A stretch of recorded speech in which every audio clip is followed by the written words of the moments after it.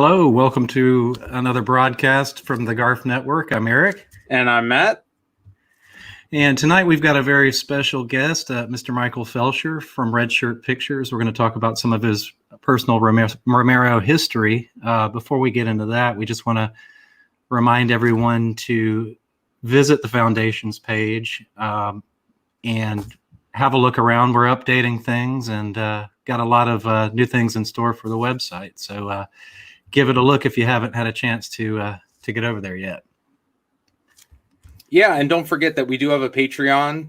So please donate. It helps the foundation. We're adding stuff to the Patreon page. We have another surprise upload coming up later this month towards the holiday season, and it is a holiday themed show. So we think you're really going to like it. So please think about becoming a patron for the GARF, and please help us out. We would greatly appreciate it. All right. Well, now we're going to, I think he's ready in the green room. We're going to go ahead and bring on Mr. Michael Felsher. Oh, no. We're too late. The milkshakes arrived. Slippy, wake up. Hey, what's up, guys? Hey. Welcome to the GARF Network again. Yes, I've been here a couple times now, and it's just dumb-to-dumb delightful. We always roll out the red carpet for you. Absolutely, yes. And this is what the show is going to be tonight, folks. This is a lot of laughter, a lot of stories. Mike and I, we were just reminiscing. It's been almost 20 years since we first met at the 01 Pittsburgh Comic-Con that, some of our viewers may have been at, and we may not have known each other back then. That would have been in April, right? That was the last weekend of April. Yeah. Because I was working for Anchor Bay at the time, and I was there to represent the show. And we did a presentation in a little tiny ass room up near the front of the hotel. And then I think we had a table there, if I remember correctly. It's hard for me to remember. Yeah, you had a bunch of DVDs. I remember buying the Sleepaway Camp box set with the Red Cross on it. Oh yeah, back before it was banned. And you were like, "That's my last one," because I think you had just gotten word that it was being recalled or banned. Yeah, and I was like, "I'm taking that one." We violated the Geneva Convention by having the Red Cross on there. It was like we went out of our. That was a new one. It's like, damn, we're going to violate something big. I always appreciated the fact that they didn't say take it all off the shelves and burn all your copies and send us proof that they burned. They just said, stop doing that. Mm-hmm. And so they let us sell off what we had, and then we had to change it. But they didn't make us, take us. They were actually a lot cooler about it than other people that we ran afoul of during my time there. But they were surprisingly, the U.S. government was just kind of like, knock it off. That was a good attitude. Mm-hmm. Probably the best thing you ever got from the government in terms of that kind of stuff. By far. I'm trying to remember what was going on with Anchor Bay, George Romero wise in 2001. Was there anything being pushed at that time? Oh yeah. Well, I mean, we had just come out. We were re-releasing Knight Riders and Martin to DVD. Mm-hmm. They had come out and so those were either had just come out or were coming out. We were in the early stages of our negotiations to try to do a new Dawn of the Dead, because there had been a Dawn of the Dead DVD, which was a flipper back then. Mm-hmm. The director's cut. Yeah, and one of the crappiest looking DVDs you've ever seen in your life. I'm so glad you mentioned that, Michael. Were you in the room when they decided that? Oh, no, that was before I was with the company. Okay. I'm curious, what was the logic behind the flipper? Because they couldn't fit all the data on one side of the disc back then. They didn't have, I think it was only a single layer. I don't know if they had perfected double layer DVDs at that point. This is going back 20 plus years or whatever. But I just remember that being, so they were trying to get that going. There was talk about getting, I think they were always trying to do something related to George, because we all love George's movie. So it was just like, what was, and then Day of the Dead was a couple years later, the big DiviMax edition of that, which I was the marketing manager on that one. So I had a lot of involvement in that. And then Dawn of the Dead came the year after, the big extended edition, which until very recently was the best box set you could get of Dawn of the Dead. Mm-hmm. That has since been trumped very recently by Second Sight. Mm-hmm. And then there was we were always trying to get it. We had Crazies and Season of the Witch. We ended up bringing those back out. There's Always Vanilla was like a supplemental feature on the Season of the Witch. Yeah, it had the little ribbon on the cover, and it's like also included George's lost film. There's Always Vanilla. I'll tell you a story about George did an interview for that, and I'll tell. That's a good one. I felt so bad.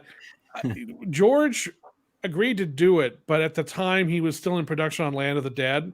And I think when he agreed to do it, they had finished principal photography on Land of the Dead. They hadn't done the additional photography yet, the reshoots yet. And I went up there not to shoot it. My friend Gary Hertz went up there. He was in charge of supervising it and shooting it and all that, conducting the interview. But I went up there to help facilitate and help out and whatever. And we get up to this hotel. I think it was a Marriott hotel over on York or Bloor. I can't remember where George was staying at the time, because at the time he didn't live in Canada. He still lived in Pittsburgh. And unbeknownst to me, but knowinst to them, they were on their he was literally coming off the last hour of the last day of reshoots. And we were shooting at like 9 or 10 in the morning, and he'd been shooting all night. And I didn't know this until I opened the door and he's standing there, and I'm just like, oh God. I just wanted to tell him, just go to bed, man. Don't do this now. I'm so sorry. He's just like, Mike, it's you know. And he gets in there and he sits down, and I felt like shit, because it's like, not only is he just coming off of some very difficult reshoots for a film that was really worn him out, as all films wear everybody out. We're asking him about 2 films that he probably hasn't thought about in 20 years. So it's just like, of all the things to be talking to him about, we're not even talking about something that he could actually just kind of, just recent history. It's like, let's dig back to 2 films that you've quite frankly had a lot of problems with and probably don't even want to talk about. How you doing, George? I was like, oh. And you know how George was. George would always put the game face on and get it done.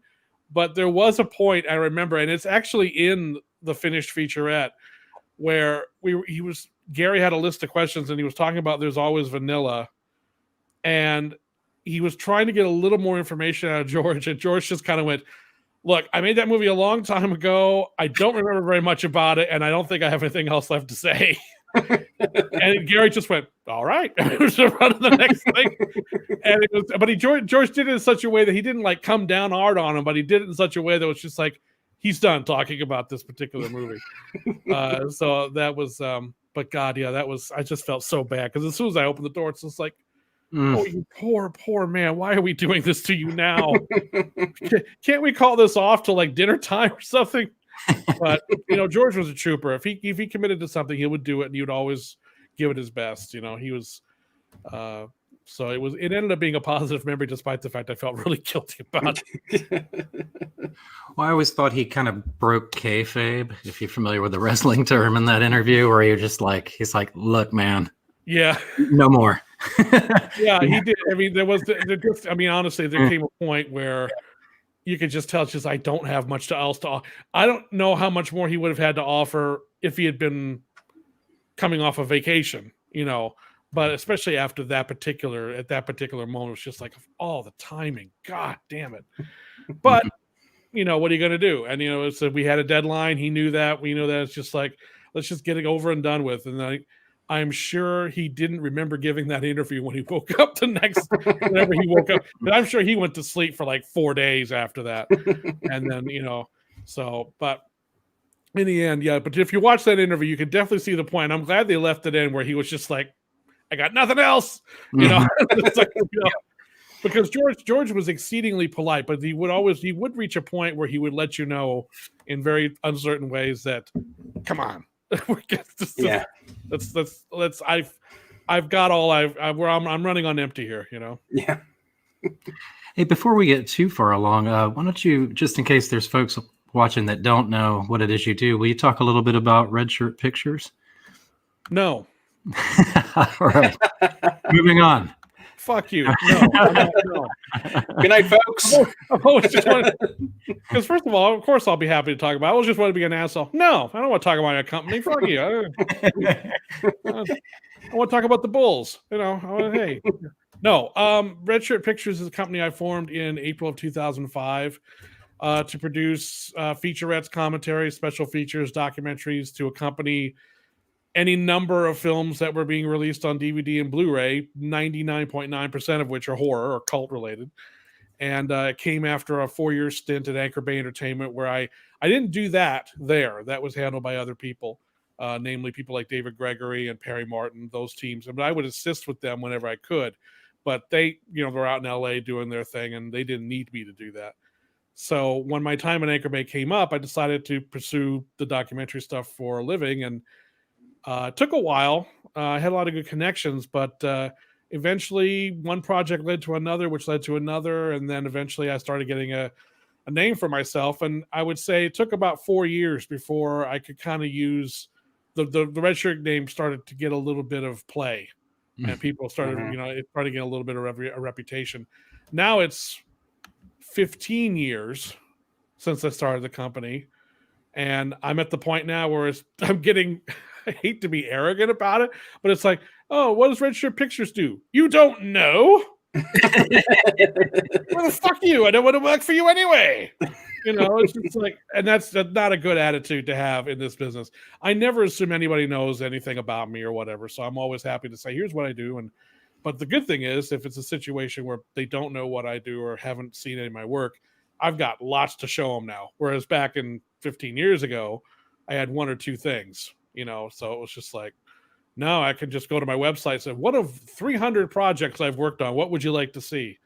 And it's, but that's what I've been doing in one form or another for the last 15 years. Well, yeah, if you check out the link below, and if you're not familiar with Mike's work, he's done a lot of, you name it, he has probably done a documentary on it. So yeah, you've done a lot.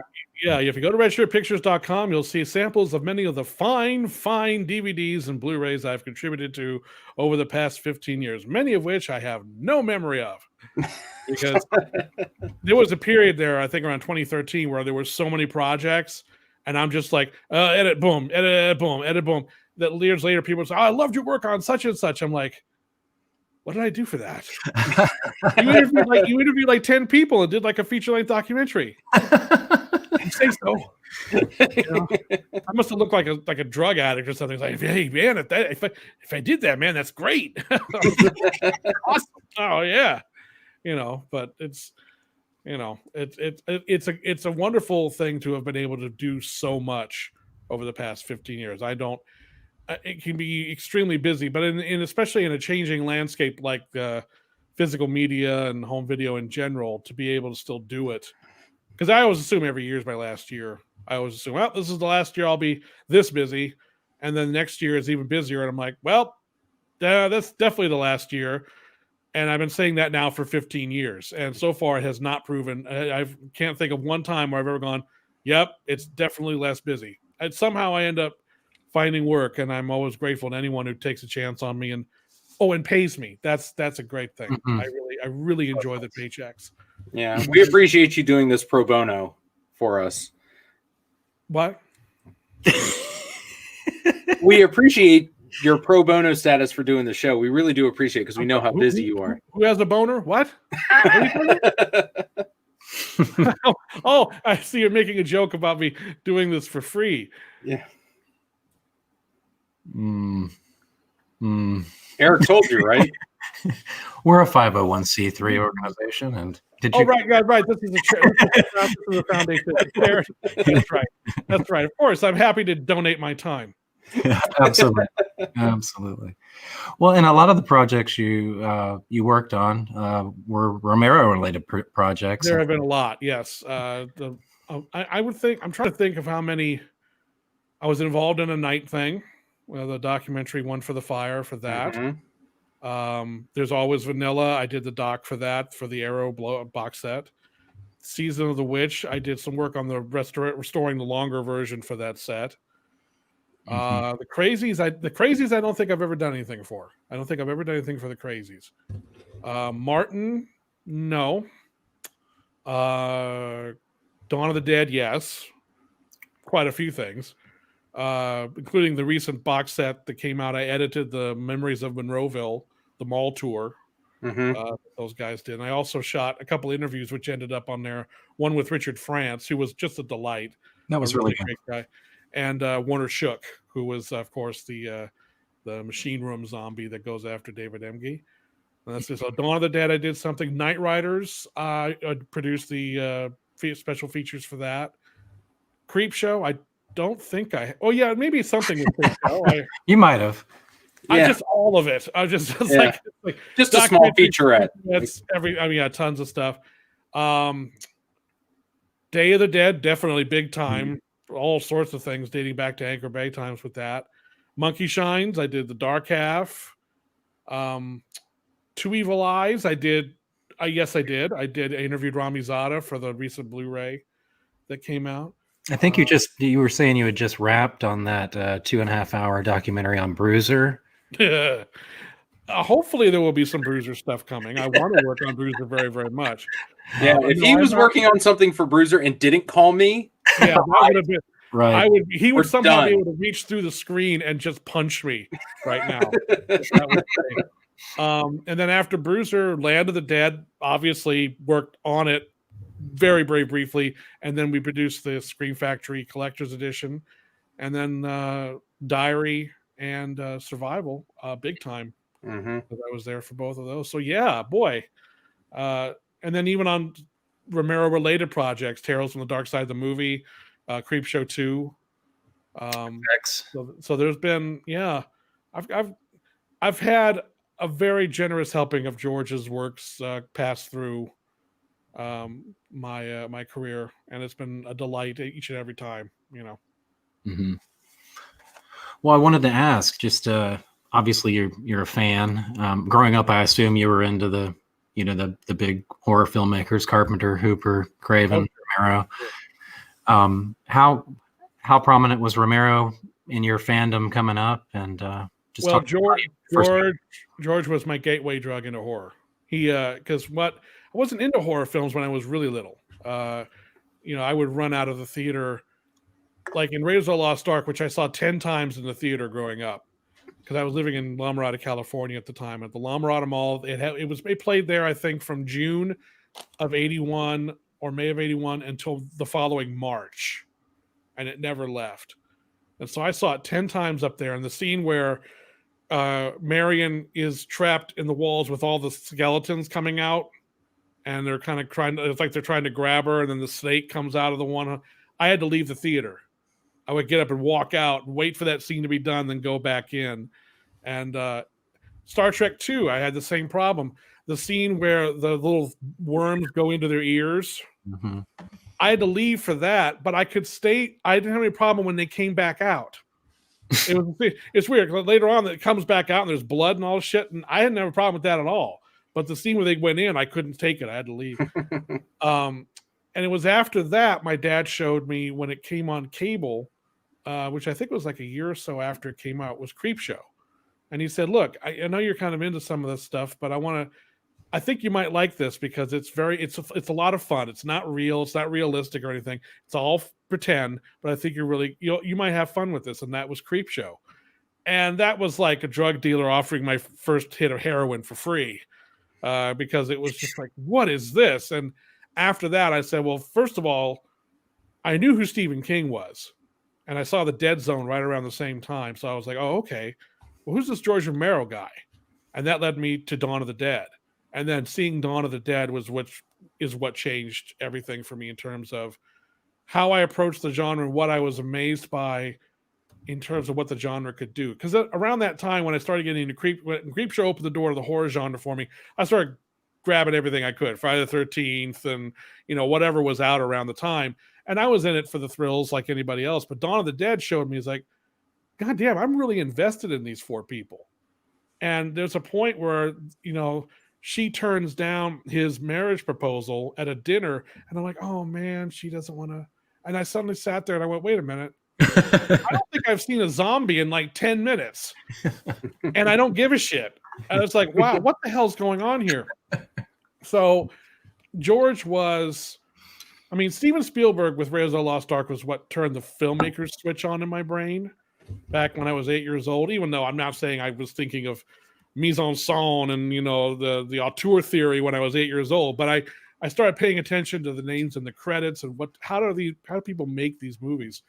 But it was George who really showed me, oh, you can have fun, but you can have a point. You can have something to say.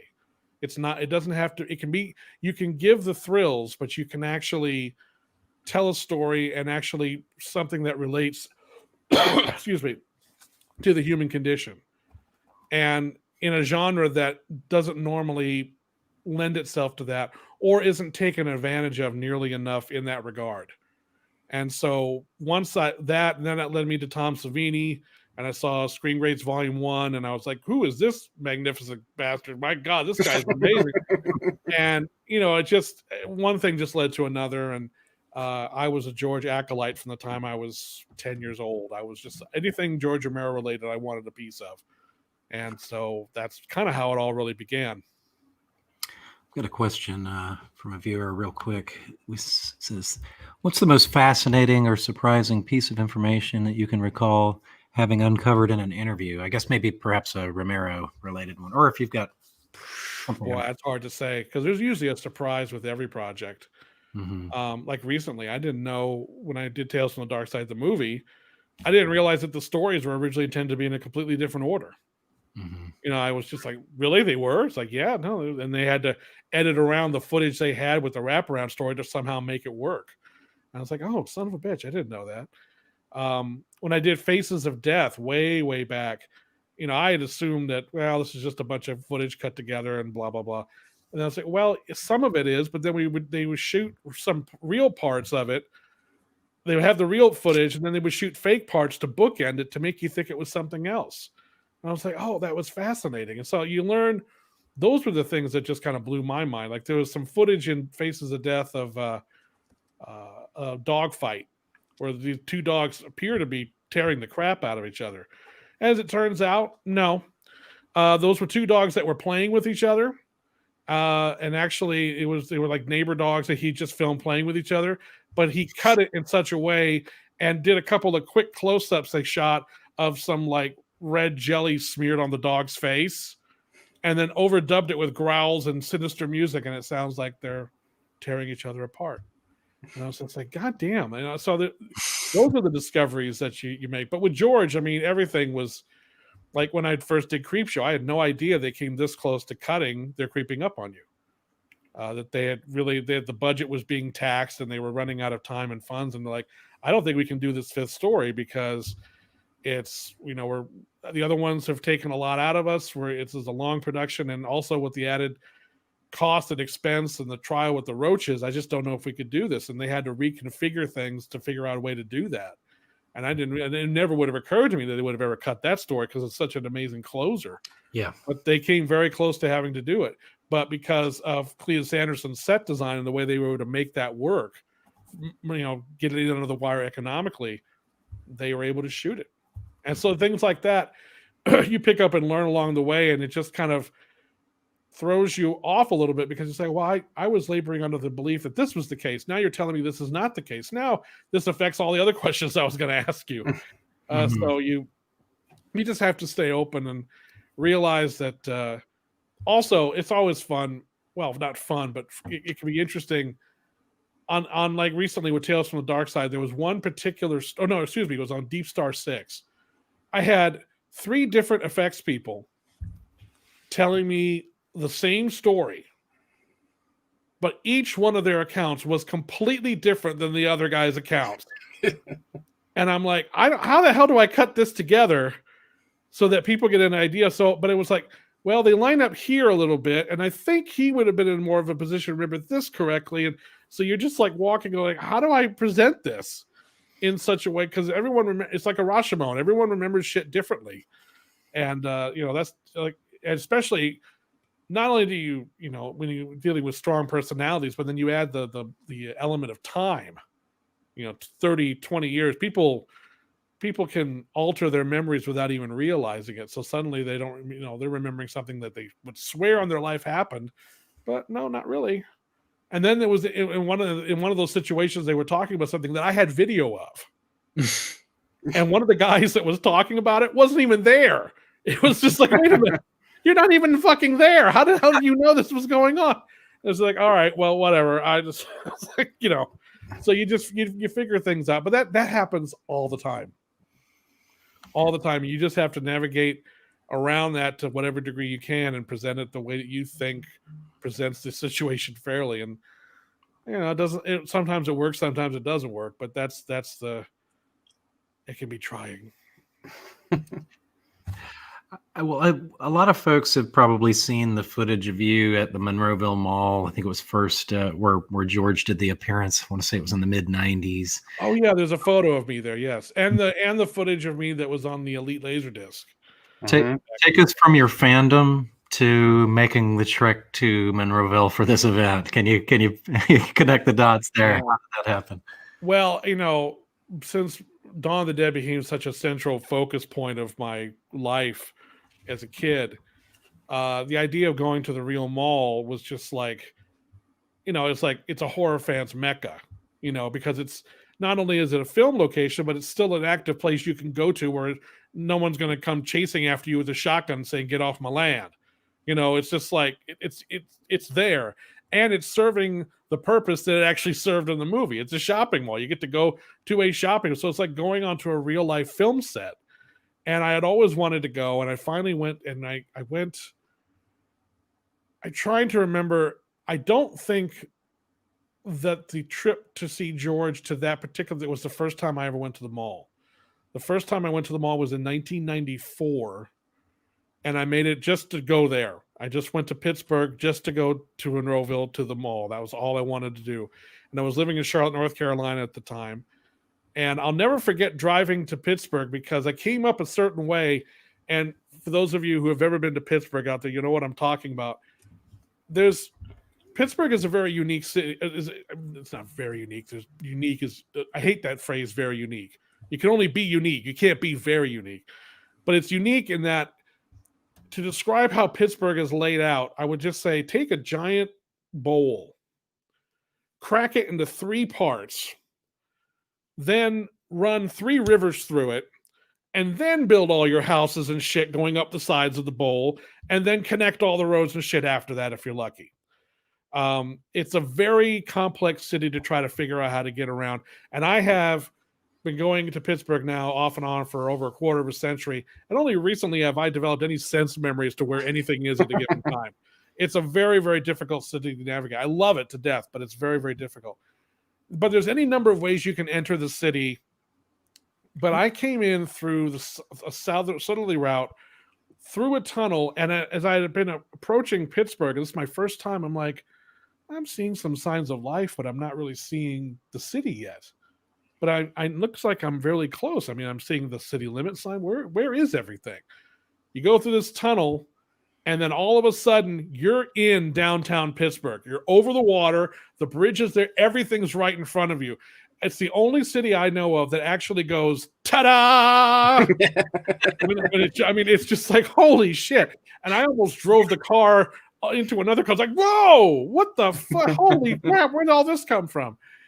And I drove through downtown on the 376 out to Monroeville, and I'll never forget. I got there kind of late in the day. It was still light out. Go on to Monroeville, you see the sign, you go up over the hill, and you come up over that hill, and there's the mall, and I cried. I fucking cried. I absolutely cried. It was like, there it is. This is where the greatest goddamn movie of all time was made. It's right in front of me. And this was in 1994. The parking lights were still the same. And you go inside, the railings were still the same. They hadn't replaced those yet. The lights inside were still the same. Some of the storefronts still looked identical. The bank was still there. It was a different bank, but the bank was still there. The footbridge, the little footbridge was still there. The only 2 major things that were gone at that point were the clock tower and the ice skating rink. They were both gone by that point. But everything else was largely still there. So when you walked in, and I remember this was late in the year, so it was Christmas time, and it was just packed with people. And I'm wandering around like this, and I'm just having the time of my life. And I'm not really looking to go anywhere. I just want to walk around and just take in the vibe. Because as soon as you walk in, this is the Monroeville Mall. I'm in the place where they shot the movie. The wall, I know that floor, I know that wall, I know that. I mean, it was just, it was great. And I went to, there was a Suncoast Motion Picture Company at the time, and I bought a VHS copy of Dawn of the Dead, which I still have, and I shrunk wrapped the receipt to it. So I have proof that I bought a copy of Dawn of the Dead. And I was a little pissed because the person in there was like, "Oh, I heard they shot this movie here." I'm like, of course, how do you not know this? I was like, you right over there, they decapitated the motherfucker. So how could you not know? Went inside Penny's, rode the escalator. And at the time, this was interesting. I found out an interesting story about this.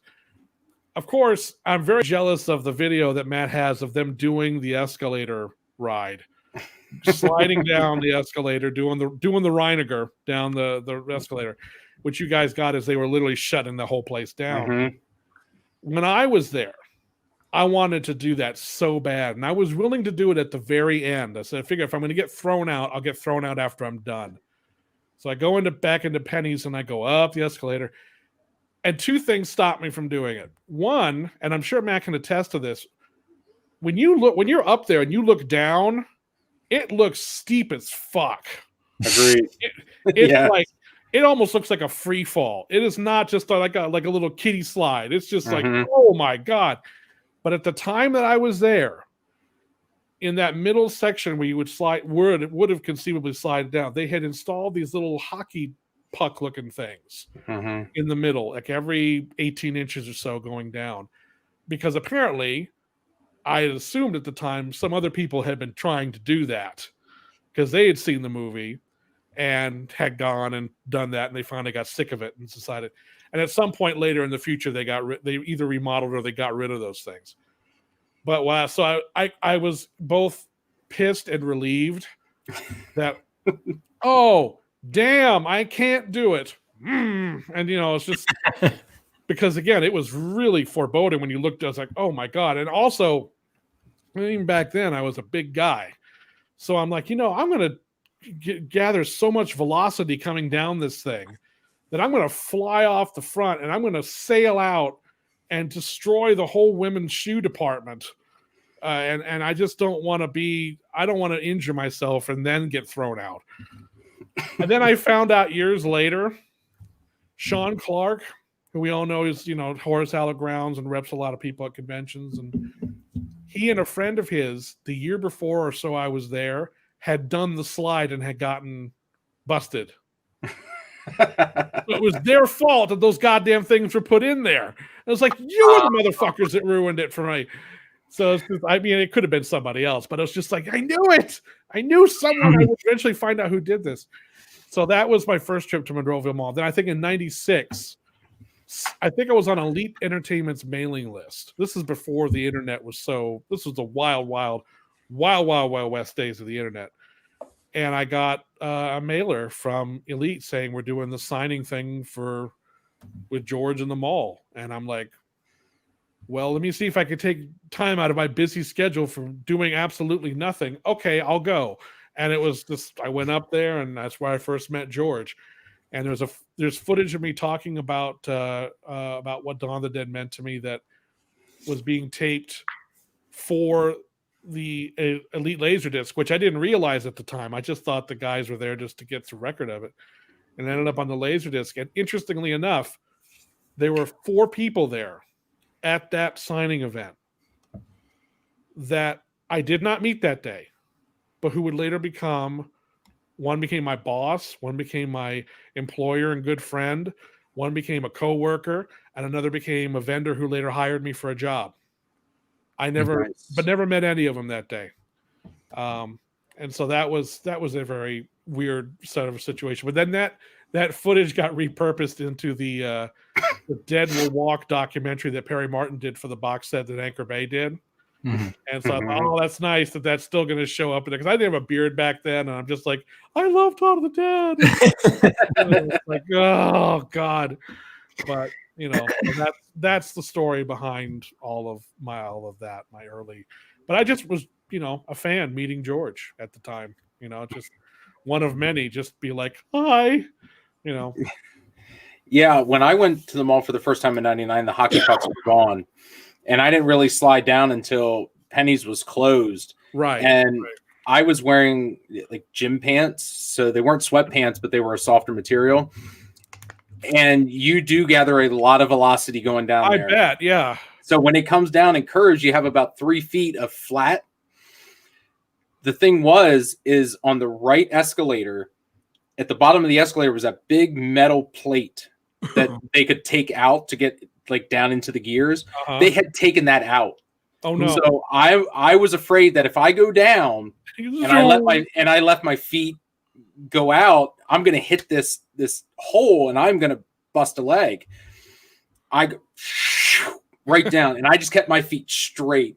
And you get some clearance. I probably got about 4 feet till I hit the ground. And lucky there was nothing there, because I would have plowed into some display mannequin. Oh man, yeah, or clothing. So, depending on the pants that you wore, you were either gonna make it or you were gonna get stuck in the middle and have to get back off. But what was important looking back at is how Scott Reiniger did it. His legs are kind of up in the air and he's kind of laid back. Yes, and that's exactly what I did. It slows him down just enough so he actually still has some control over it. Yeah. I think I leaned back enough to get not a lot of surface area because I wanted to go fast. Yeah. But then I got about halfway down and realized how fast I was going and kind of sat up a little bit and put my the back of my thighs down to get some friction, because I probably did that a good dozen times that day, just on and off, and it got easier as I went down, but I was still afraid that I was going to fall into that hole and snap my ankle or my shin bone or something, because there's so many ways that could go wrong. Yes. And then end up with crippling injuries or death.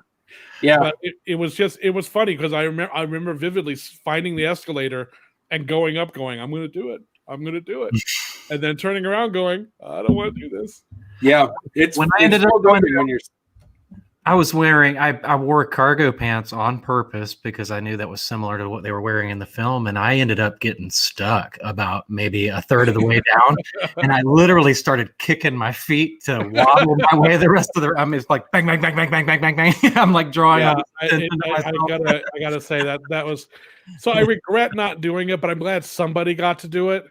But at the same time, those are the circumstances in which I would have wanted to do it, because again, I was in there during store operating days, and there's heavy display cases and shit right there, whereas Matt at least had clearance. So the worst that could have happened is he would have tuck and rolled and kept on going for a little while. With me, it would have been like, oh yeah, I got embedded with a piece of glass right here, and then I killed 3 people and punched a nun. I don't know why that would have happened, but still, it would have been like bad shit would have gone down, and it was just.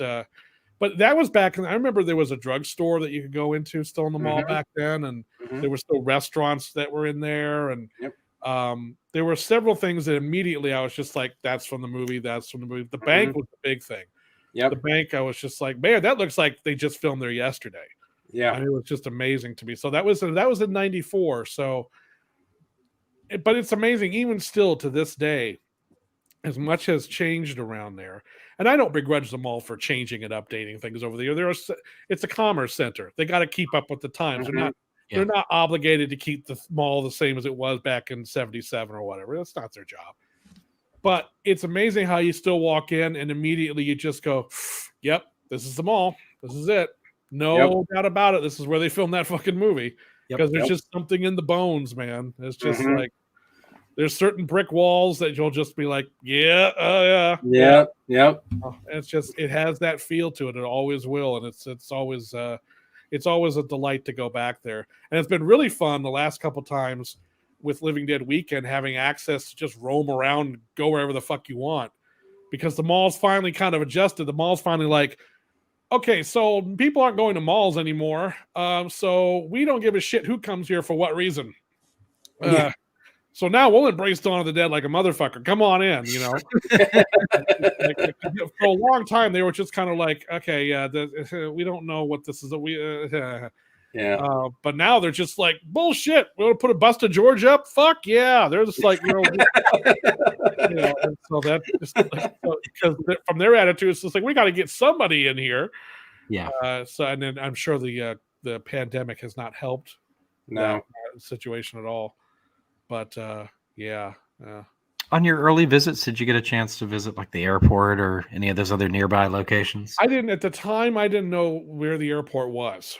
Again, information was not at its most available during in the 90s. I couldn't just go online somewhere and find a place where they told you where all this stuff was. It wasn't until I think the '01 Comic-Con where I think Chris Stavrakis took me out there and showed me where it was, and I was like, God damn, it was right here. It's like, shit. Which makes sense. I mean, you're not going to travel all over the place just to go somewhere. I mean, and he also said, you'll see that house right there. That's the Creepshow house. It's like, fuck. It was like I was just So I said that a lot. He would show, say, look, that's the actual shack, and that's the actual sidewalk that they walk. Fuck, it's awesome. So that was the first time I ever went to the airport was in 2001, and I've been out there many times since. And it's always just fascinating that they shoot this movie there so many years ago, and now it's become this holy grail for people. Yeah, it just like the Evans City Cemetery. For nights, people that actually went through all the trouble and restored the chapel, which is seen, I think, in the background in like 2 shots in the movie. It doesn't figure into the movie at all, but it's there and we can see it on screen, so therefore we must preserve it. I have a fantasy. I have a fantasy world where tomorrow I inherit $200 million or whatever. I would buy the Monroeville Mall and then restore it to look like it did in 1977 and just wander through it for the rest of my life, being happy. That's all I would do. That's just be like, I would just rent it out to film crews who want to shoot a retro mall that dates back in the 70s. Yeah. Reopen the Brown Derby and serve beer till 1 o'clock in the morning. And, it would be, but I'm so happy that Living Dead Museum's in back in the mall now. Yeah. Going to be there for a while. And hopefully by next summer, we'll have Living Dead Weekend there again and just have a good old time. Yep. So you meet George in 94, and then, I mean, in all honesty, you don't pop up onto my radar knowing you personally until like 01. So what were you doing in the meantime, and how did you get into the Anchor Bay type position and stuff? Well, what was I doing? Very little of anything. I was working at a video distributor, which was a job I enjoyed, which was Major Video Concepts, which was the middleman between the studios and the mom and pop and smaller chains. So, they would ship to us and then we would ship to them. But by 97, Blockbuster had taken a big chunk out, and a lot of the studios were going direct, and the mom and pops just weren't enough to keep us open. So we folded up, and then I had followed this little company that had kind of come out of nowhere called Anchor Bay that was releasing all these widescreen cult classics to VHS, and I'm like, I want to know more about these guys. So I started doing a website for them. Because back then they didn't even own their own website. Most companies in the mid to late 90s, a lot of them didn't have websites because they didn't know what to make of the internet now. Hard for people to imagine that now, but there was a period where the internet was this weird thing that, what do we do with this? And so I did anchorbayentertainment.com on my own.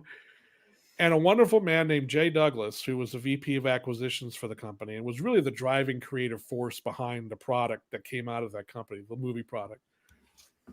I called up there a couple times to ask, hey, what do you guys got coming out? Because I'm advertising on this website. And I got referred to him, and I would talk to him once a month, then once or twice a month, then once every few weeks, then twice a week.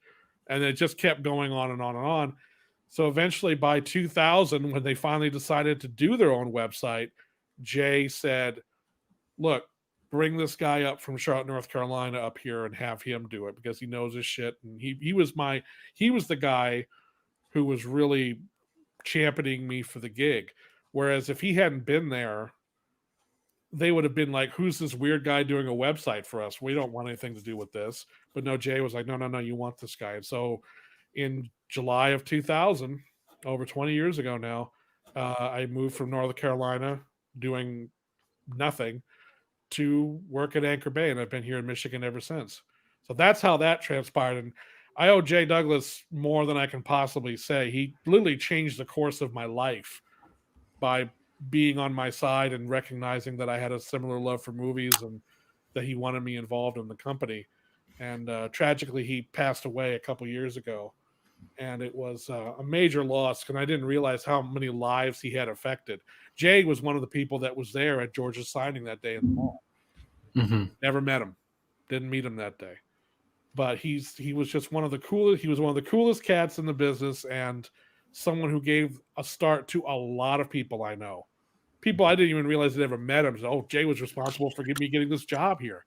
And George loved him, and everybody just, just loved the guy. And so he was the reason that Anchor Bay really happened for me, which Anchor Bay then was a seismic shift in my life, and everything after that was all due to that, really. And what was the company that did you work for a company prior to Anchor Bay? Oh, I worked for several companies, none of any real. I mean, I worked for Major Video Concepts for 3 years. That was the best job I had. I did I would manage all the posters and all the displays and all the screeners that came in. So I enjoyed that. But after a while, that job kind of petered out. And then I worked at a job. It was a nice enough job, I suppose, but it was a third shift job duplicating Amway sales tapes and deer hunting videos. In this weird warehouse office complex out in the middle of nowhere in Fort Mill, South Carolina. And I'm there from like 11 a.m. to 7 in the morning. And I'm one of 4 people in this whole building, which normally houses like 500 to 600 people. And it's just like, I've never felt more soul dead in my life than the last year or so that I was working there. Anyone who knew me during that period, which wasn't many, I didn't have a big circle of friends, can attest to the fact that I was an ornery, unpleasant son of a bitch during those last couple of years because I wasn't sleeping well, and I would go out to hang out with my friends. It's like, it's 10:30 at night. I got to go to work. I hated what I was doing. And I didn't have to do a lot of it because I would just sit there and they didn't let you. They didn't have to go home. You could just sit there, but they just sit there and not do anything all night. Was it just a couple of decks that you were dubbing? It was 500 decks. Whoa! There were 3 walls of them that were all these Panasonic decks that you could load it with 5 blank cassettes. And if you had a job to run 5,000 tapes, you would run 5,000 tapes, hit a button, all those would eject and drop, and then the next tape would drop in. It sounded like a garbage truck dropping into the parking lot. It was just like, boom. Okay. And then one time, I'll never forget one time, one of them got jammed, and the little lever in there that would move the tape in and let the other one drop out went down on my finger and grabbed it and almost crushed it. And I took the thing off and I flailed it about and finally got the thing to fly off my hand. Okay. And I was so angry that I took a T120 videotape and tore it in half. I literally tore a videotape in half and threw it to the ground and stormed out. And when I came back in, I saw the tape lying there and I go, oh my God, did I actually tear a tape in half? On the one hand, I was like, oh my God, that's horrible. On the other hand, I'm like, well, that's just damned impressive. Wow. I tried to do it again. And I couldn't do it. I was just like, it's like, man, I must have been pissed. Cut your hand a little bit doing that, I bet. Yeah. So that was really just an awful soul-killing experience there for the last couple of years I was there. So thank God Anchor Bay happened when it did, or I would have just eventually. It's funny. A couple of years ago, I was driving back down, and a friend of mine that I knew at that company was still working in that building for another company that was there now. And I stopped by to see. I hadn't seen him in almost 20 years. And he took me on a tour of where I used to work, which is now abandoned because no one does videotapes anymore. Mm-hmm. And I walked into that room after the first time after being 20 years. It was completely empty. And all I was just like, wow, I hate this place. 20 years later, I still fucking hate this place. But it was, that was my life before Anchor Bay. So that was talk about a 180 in terms of my life. It was a huge change and put me on a path to what I've been doing now. So go ahead. You started Anchor Bay, you're working on the website, and how does that transition into behind the camera stuff? Well, when I went up to Anchor Bay, my job was to manage the website and help develop. We had a team of people then, and eventually it really became more of a marketing thing, and I didn't have as much direct involvement in the day-to-day management of it. I would still answer emails that came in, and eventually that became going to conventions and promoting Anchor Bay stuff. I became kind of like a utility infielder. I ended up doing a lot of different things there. I managed the release schedule, went to conventions, answered emails, customer calls, helped with acquisitions, help with graphics, not in terms of designing anything, but in terms of getting materials and finding posters and marketing. I helped out. I marketed, managed a few titles and stuff like that. I did a lot of different things. It was just and things that would have been normally in other departments, I ended up doing. So, like I said, I just kind of caught a lot of different jobs, and I liked that about the gig because it meant that I was never really bored. There was always something going on that I could do. As the company changed owners later on, more and more of those things got assigned to the departments they normally would have been a part of. So for the last 6 months I was there, I hardly did anything at all. I literally would come in and surf the internet, answer a few emails, and go home. So when I was finally called in and they said, we're eliminating your position, I was like, I get it. I knew it was coming. So that was, but that's just the way things work. My time there had just come to an end. But I had really wanted to be. I mean, I made short films when I was in high school, and it had always been my desire to do film work and video work. And I had seen what David Gregory and what Perry Martin were doing with Anchor Bay out in LA. And so I wanted to do that myself. And I actually did a Linnea Quigley featurette for a release of Night of the Demons on my own to show Anchor Bay what I could do. And they liked it, but they were also like, we have a team doing this. We really don't need you to do this. I'm like, all right, that's fair enough. So when Anchor Bay ended, I was like, well, what do I really want to do? And it's like, well, let's try this. So it was a lot of on the job learning in those first few years, but that was why that transition happened. Mm-hmm. When you were at Anchor Bay and there's a George Romero project you see it coming on the horizon, was it, I mean, how well known was it that you were a big George fan, and did you kind of quietly ask to be a part of it? Or how did you get involved in your first Romero thing? Were you like raising your hand, like, I want to do it. I want to do it. At Anchor Bay? Yeah. Oh, yeah, pretty much. I mean, with back then, especially when Jay was there, I could just walk in and say, I'm George. I love George Romero. What can I do? And that's how I first really met George. Was we were getting ready to release or do something with Martin and Night Riders. I think this was we were doing the DVDs, and George was going to be in Chicago doing a screening of his film Bruiser at the Siskel Film Center. And so I said, why don't you go there and introduce yourself to George, tell him what we're doing, and because we're going to want to keep a relationship with him because we got a lot of other stuff of his we're going to be wanting to do. And being asked to do that, I'm like, fine. I'll go to Chicago and go meet George Romero. Fine. Are you kidding me? I'm just like, bye, and I'm out the door. And I introduced myself to George when he was outside the screening, having a smoke. And I told him who I was, and he seemed to take a liking to me and everything. So, okay. And then I'm going out to dinner with him and Christine and a few other people later that night. And it was very, very nice, and went really well. And then the first Cinema Wasteland happened right after that. And that was in September of 2000. Mm-hmm. And it was a Dawn of the Dead reunion show. That's where I first met Chris Stavrakis, now that I think about it. That was where I first met him.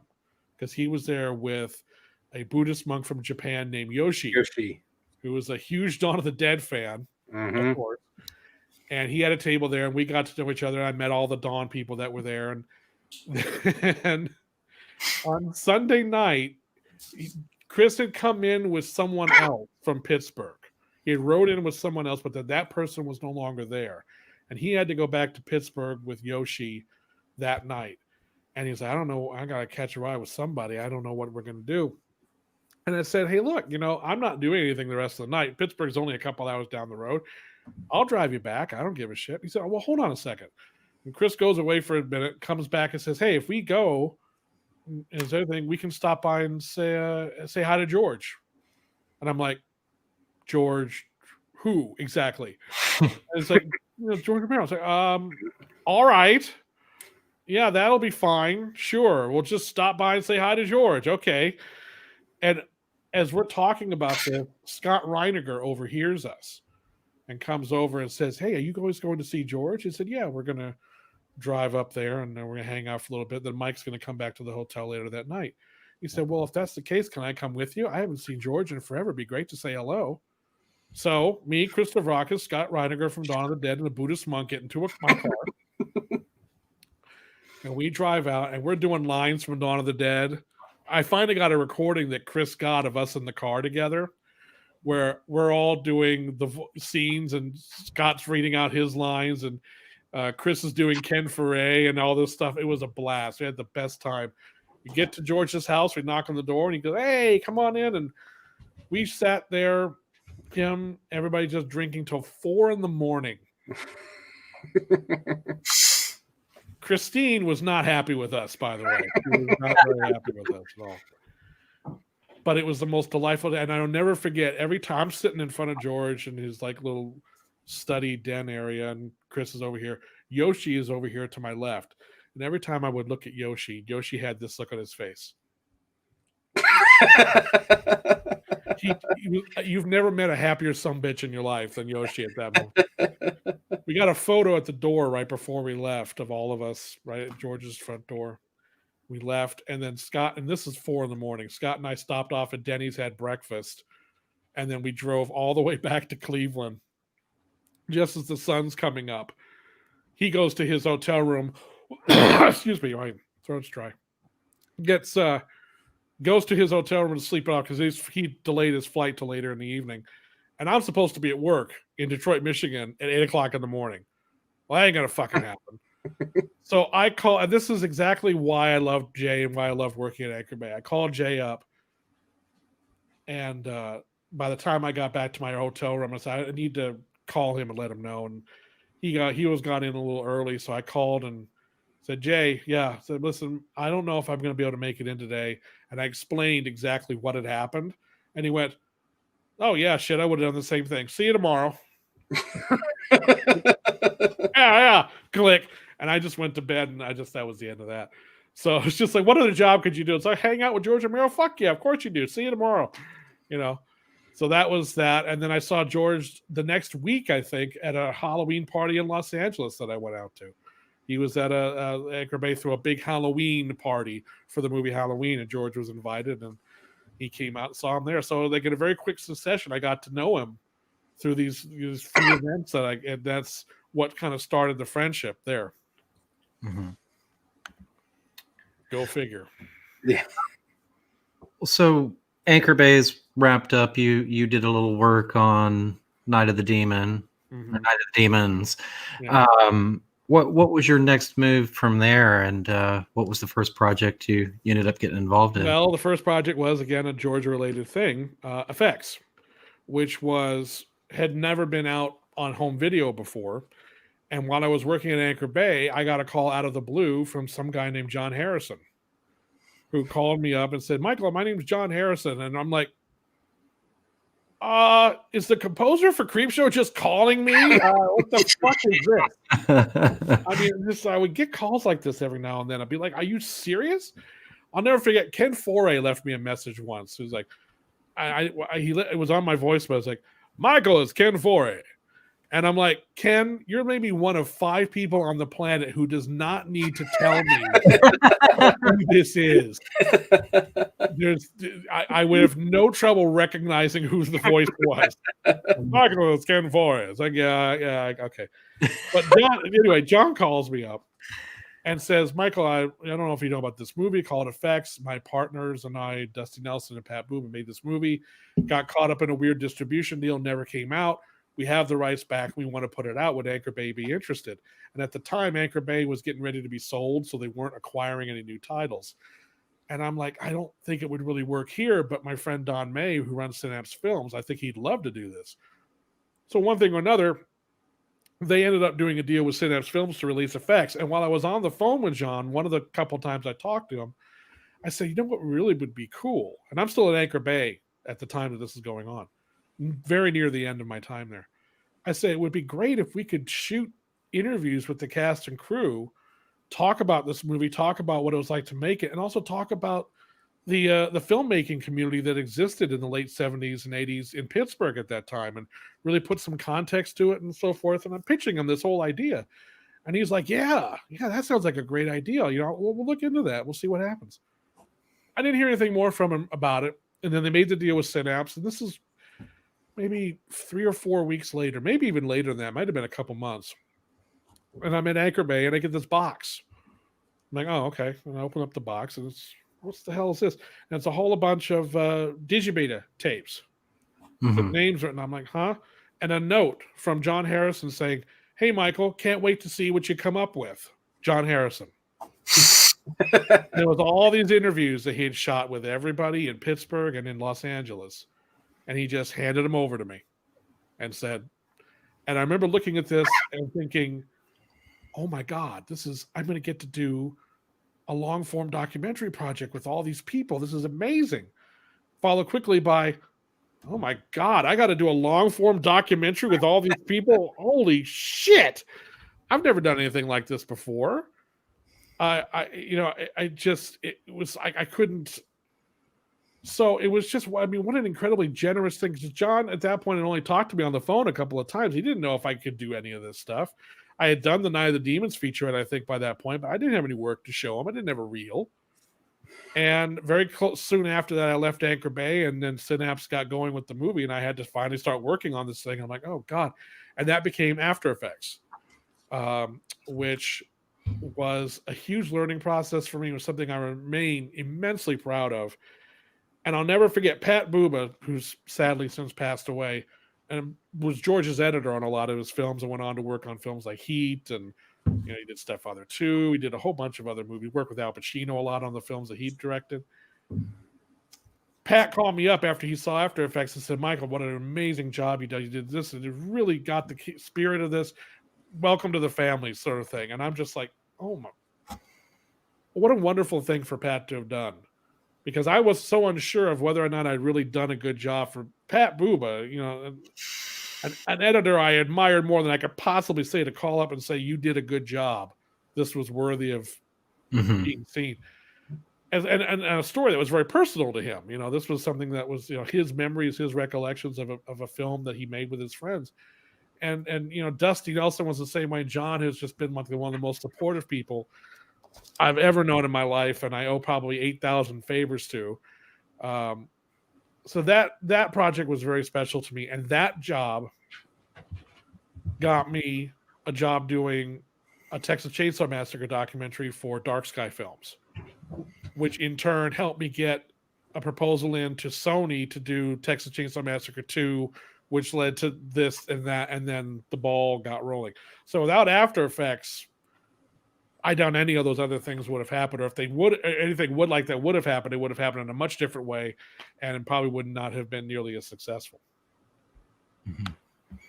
So what's been going on with After Effects lately? I know Synapse, was it Synapse, or it just came out on Blu-ray? Effects did.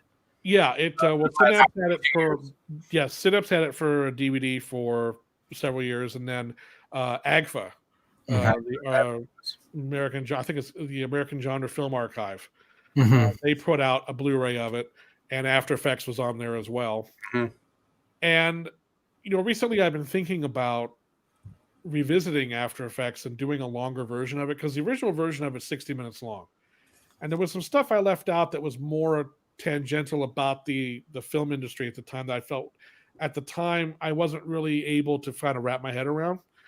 But I've always wanted to revisit it and maybe do a longer version of it. And so I thought, well, if I'm going to do that, I don't want to wait around for another version of Effects to come out to put this on. And I think if I'm going to do something will end up being feature length, maybe this could be kind of something that's on its own, kind of like Just Dessert's Creep Show documentary was.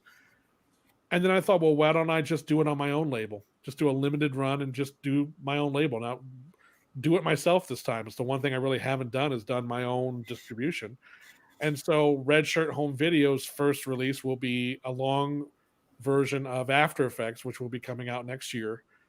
And it will be an exclusive to a particular site online. There will be only one place to buy it. And it'll be, I think, only like 1,000 of them. That's all we're going to do. Awesome. And Nice. have brand new artwork done by Justin Osborne, which is really great. He did really fantastic job. And it's going to be, I hope people will enjoy it. It'll have the old version on there, but it'll be the only place you'll be able to get the longer version of the documentary. And so expect an announcement sometime in January.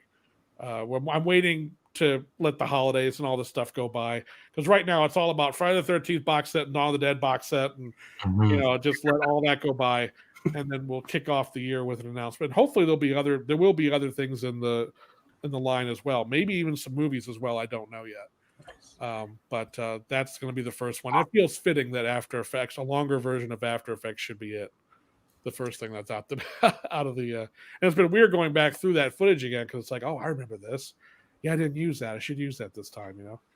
How much longer are we talking, if you can reveal? I can't really say at this point, because I'm still kind of. The documentary is actually changing around a little bit more than I thought it was. Originally, I thought it would just be lengthening certain parts of it, but it's like, no, I'm going to actually eliminate probably a couple things that were very effects specific in favor of making this a bigger story. So it could be anywhere from 15 to 20 minutes difference. But I at the point right now, my guess is it's probably going to be closer to another 50 minutes. So we're looking at, it was 60 minutes to start with. I'm guessing at the moment it's going to probably be closer to 80 minutes by the time it's all said and done. Okay. My guess.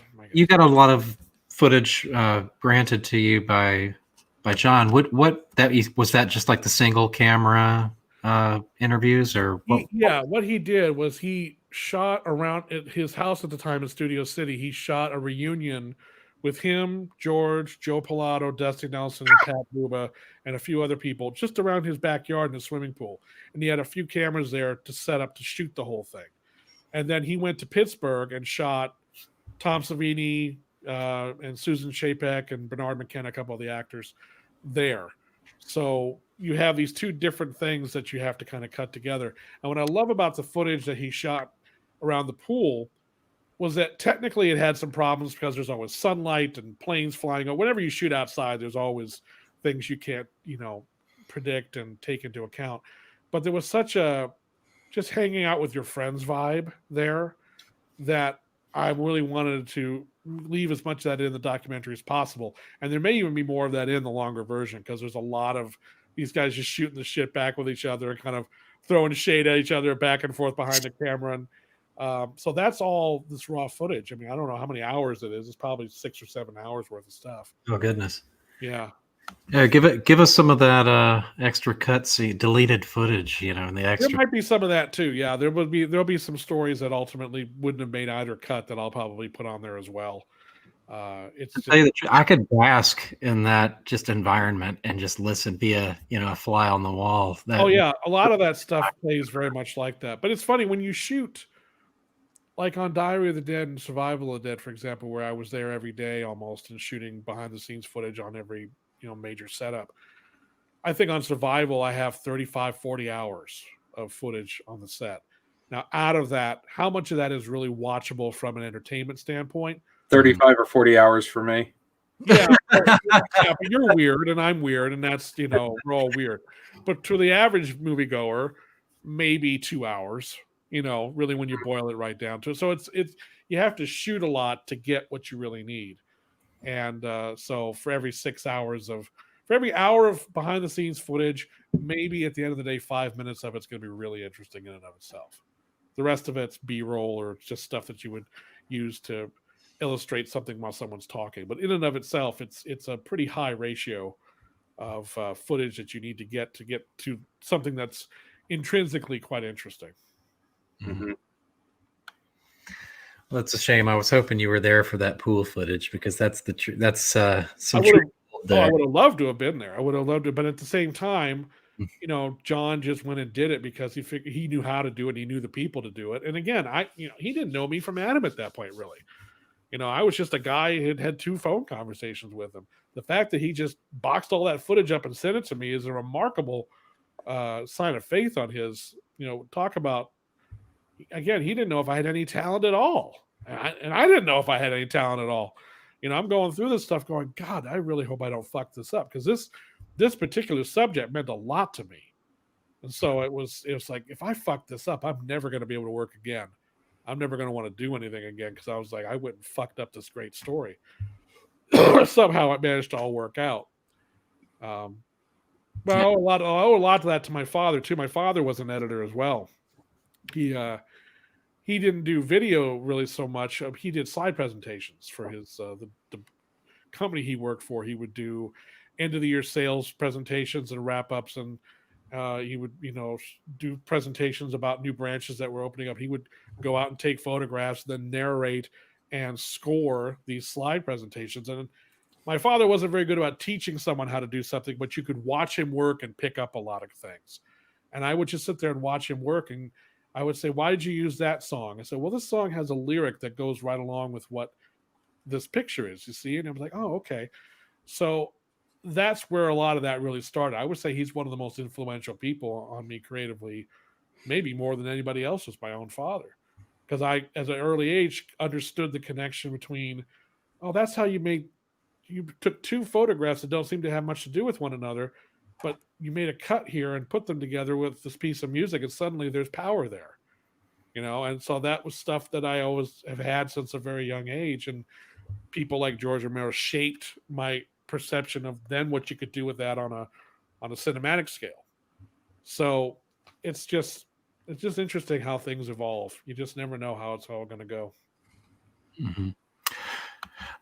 I've got a couple of comments. Noel here he says, we like to watch all the footage, so please, all 8 hours, we're good. No, really, put it in there.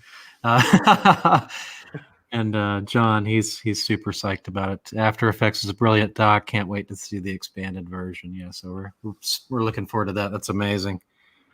Yeah, it should be interesting. It should be like, it's not going to be drastically different. It's not going to be like, oh, this is a brand new documentary. But I think you're going to. Originally, it was just kind of like, I didn't think it was going to be quite as much work as it's ended up being, because I thought it would just be like I said, lengthening out certain sequences. But then I'll get into something and say, well, this is more of, kind of want to get more into this. How much more of this material is there from the other people? And it's like, well, I can get more background information on some of the other people, what their dreams were, and really, like I said, focus on the overall kind of picture of what it was like to be in Pittsburgh, making your way in this industry at that time, which is definitely part of the documentary that exists now. But the original documentary was very much designed to be a companion piece to Effects, something that you would watch after watching the movie. This one will have a little less of that in favor of a bigger story, I think. So it's going to be interesting to see how it all shapes up. My goal is to have it done by the 2nd week in January. So, because I don't want, otherwise if I don't have a deadline, I'll toy with it forever. Mm-hmm. I'll be, 5 years from now, how's that Effects documentary coming? It's going on good. It's great. I only have about 5 more minutes to work for the bullshit, whatever. So, when you done, you mean ready for release or ready to start to get packaged up and then start? It won't come out probably. My guess is this is a guess. It probably won't actually come out till April or May of next year. Okay. Probably when it will come out. But any number of things, because it's not going to. Once the documentary is done, everything else is pretty much finished. So it's just a matter of putting it together and shipping it off to the retailer and hoping that there's 1,000 people out there that want to hear this shit, because it's which I'm hope that's why we're keeping the number low, so that way it's just like.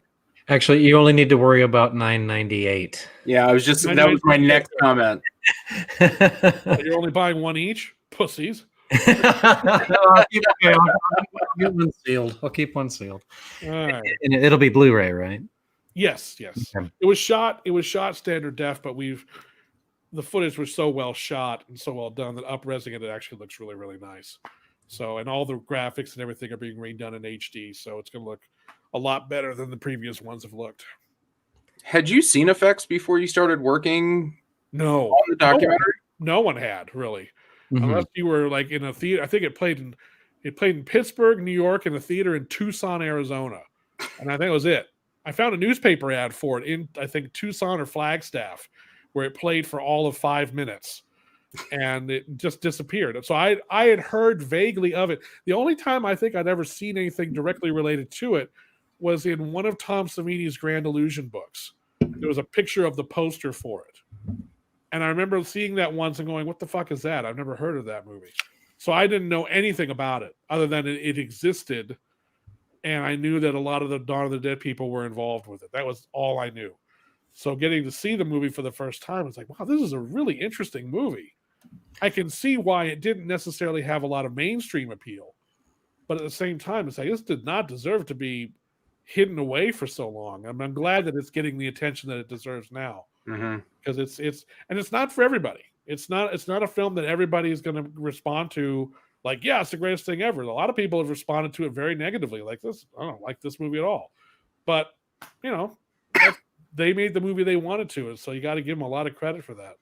With very little resources. I mean, they spent, I think it was like $50,000 to make that movie, and it's really quite a remarkable feat. And they have a lot to be proud of. All right, you're sending me running to that Savini book. I wasn't aware there was an original poster, but now that you mentioned it, were you not the designer of the new poster? The one that came out for Synapse. Yes, I did design a theatrical poster, which is actually, you can't see it here, but it's hanging framed on my wall over here with the 3 guys. They signed it for me. So yeah, I designed a poster for that played with some of the festival screenings they did for effects back when the DVD was coming out. It was the mini poster, right? There's a mini poster, and I did 3 or 4 full-size theatrical posters for it. Ooh, you're not hanging on to any of those, are you? I don't think so. I think because I only gave one. I gave one to, I think Don has one. I have one. I think John Harrison, Dusty, Pat. I think they all got one. I didn't know there was a full size. That's awesome. Yeah. Well, we were gonna kind of wrap it there at the halfway point because we know, you have a pretty extended history moving forward with Mr. Romero for his next 3 films following Bruiser. Oh yeah. I did want to open it up to some questions if anybody has, and I did see Michael Lancaster had one here. He says, "Sure. Has working with horror ever burned you out on the genre?" Oh, I've gotten burned out just from periods where there was a lot of work at the same time, especially in the earlier years, because it seemed like the attention on horror releases was very cyclical in terms it was always geared around Halloween. So my workload would start to pick up in March, really hit its stride in May and June, and then go bug fuck nuts crazy in July and August, and then deliver everything in September for October. And then from November to March should be crickets. And then people finally realized at the studios, oh, horror sells all the time. You don't need to, why are we worried about Halloween? Everyone wants this genre all the time. So things evened out in that regard. So there would be periods there where I'd be so burned out just from the work in general that I would just be like, I just want to go into Alaska, into an igloo, and just, I don't care if I freeze to death. I just want to be away from my computer. So yeah, there have been times I've gotten burned down on it. The genre, it comes and goes. There's periods there with the genre in particular where it's going through certain waves of a certain type of film where I'm not necessarily interested that much, but the genre is always completely changing and altering itself in some new form. It's like John Carpenter's The Thing. It's just morphing into something else that it comes into contact with, and it becomes this new thing.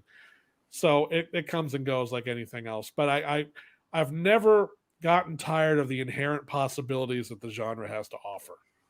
And it always makes me sad that there aren't more filmmakers like a John Carpenter or George Romero who use the genre for other purposes.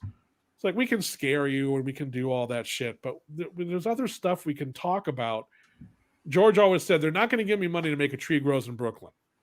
Okay, fine. I got to put a zombie in there. But I can use that to tell the stories I really want to tell.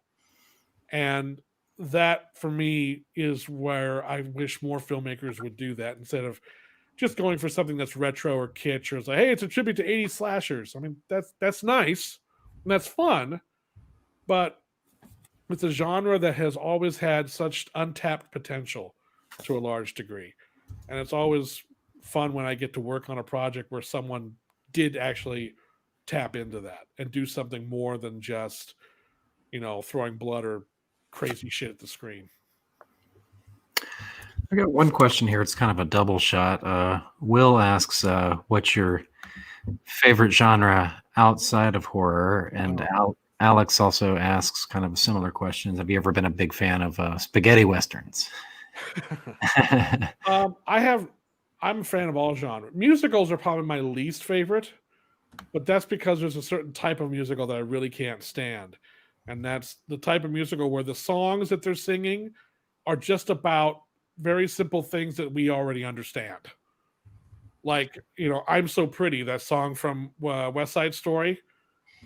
Okay, I get it. You're it's about pretty and vanity and I'm so pretty. We get it.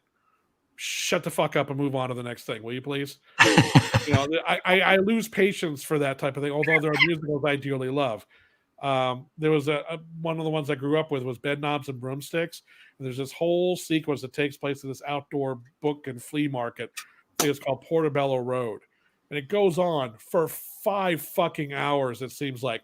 Portobello Road, everything you want at Portobello Road. It's like, okay, we get it. There's a lot of shit here. And you can find it. Can we stop with the dancing? Because the plot has come to a complete fucking halt for this. So that genre I have mixed feelings about, although there's some wonderful ones I dearly love. But comedy, animation, action, westerns, I'm a big westerns guy. There's really nothing that I don't respond to. And as far as what was spaghetti westerns, Sergio Leone and people like that. I mean, I'm just a big fan. It's interesting. Some of the spaghetti westerns that some of the more traditional horror guys did. Like Lucio Fulci did one called For the Apocalypse, which I just worship at the altar of. I love. It's just really brutal, mean story, and it was really, really good. And you see people like Castellari and doing all these guys would dip their hand. Argento in his own way did. He helped do the story for Once Upon a Time in the West, which is my favorite Western, probably my second favorite Western of all time. Probably my favorite spaghetti Western. So yeah, I love. I mean, I'm put a guy in a cowboy hat and a 6-shooter. I'm there. I don't give a fuck about what it is. Matt Blasi had a question. He wanted to know how many versions of Army of Darkness are you responsible for? Matt Blasi. Oh, that prick. Oh yeah. Okay. Personally, how many am I responsible for? None. Technically speaking, I'm not responsible for any of them. That was all made up above my pay grade. Let me tell you something about Army of Darkness. It's very important that people understand this. Anchor Bay, yes, had a reputation for releasing multitudes of versions of a lot of their movies. Army of Darkness was the one that always seems to get singled out as the one that how many different editions of Army of Darkness could you do? Well, strictly speaking, we only did 2, which was the theatrical disc and the director's cut disc. We never did any different discs other than those 2. What you're talking about is all the different repackagings we did. Yes. And in that situation, we did what I believe is referred to scientifically as a fuckload. and the reason a lot of those happened was, and I can tell you exactly why that happened, picture a conference table at Anchor Bay Entertainment around September, late September. All right, so how's our fourth quarter shaping up? Well, we're coming up a little short. Yeah, I mean, we're going to be okay, but we're coming up a little short. Is there anything that we can bang out there that we know people will buy that will help shore that up? We could do another repackage of Army of Darkness. Sold. And we would bring it out and it would sell like motherfucking hotcakes. And so at the end of the day, I get people's frustrations with 18 million different versions of this thing, but we never put one out that didn't sell. So that's just good business. I mean, we wouldn't do it if people weren't buying the fucking thing. It's not like we had a hard on for Army of Darkness for every month. It was like, we have to have another version out. No one wants to buy it. I don't care. I want to see another cover.